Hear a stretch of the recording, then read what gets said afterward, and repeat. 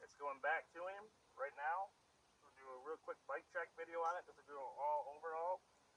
So the bike is a 2006 Harley Davidson Street Glide, the FLHX. Basically it's a 88. It's got some nasty cams. It's got Eastman performance cams. Shout out to those guys. Send me their 510 cams. We got a 2-in-1, the design 2-in-1 setup with shorty muffler. It's hard to see. It's got fueling beehive valve springs in it. We did a full chrome fork front end with a fat boy front fender on it. It's a full race tech setup. We went with a factory height because he, like me, is vertically challenged. We did Clockworks windshield, some nice chrome window trim, nothing too fancy up here besides for the front suspension.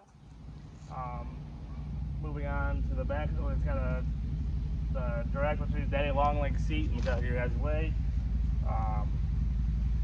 Yeah, we got some Nasty Hog bags. It's the rubber bags. They look really good. They came out stellar.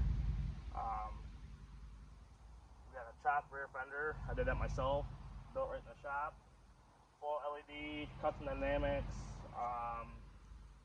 Yeah, it's all around. We got 14-inch RFY rear shocks. We did the Barnett clutch pack. They're frictions and steels. It's got a Barnett overweight spring. Custom dyno tunes through DynoJet. We use a Power Vision. You're gonna see a lot more on this bike. We're gonna do a chain drive on it because we didn't get the chance to do that yet.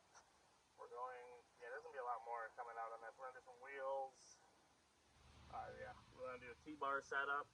But yeah, for now, I mean, it is what it is, and we're gonna go take this bike back to him. Peace.